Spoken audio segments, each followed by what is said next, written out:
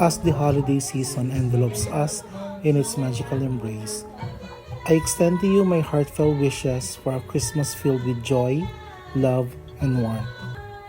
May this festive occasion be a time of giving, not just of presents, but of genuine kindness and compassion.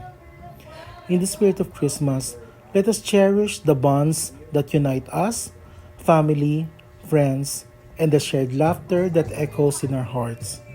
May the glow of the twinkling light reflects the happiness within, and may the decorations serve as a reminder of the beauty that surrounds us, both in the glittering ornaments and the love that abounds.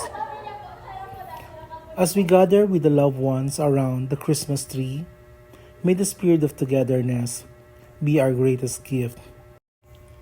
Let the air be filled with the sweet melodies of laughter, and may the memories created during this festive season be etched in our hearts for years to come.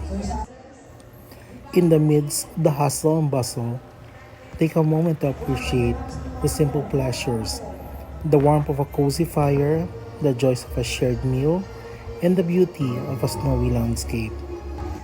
May these moments become the treasures that light up your Christmas season. May the magic of Christmas bring you peace and happiness, and may the new year usher in a world of hope and positivity.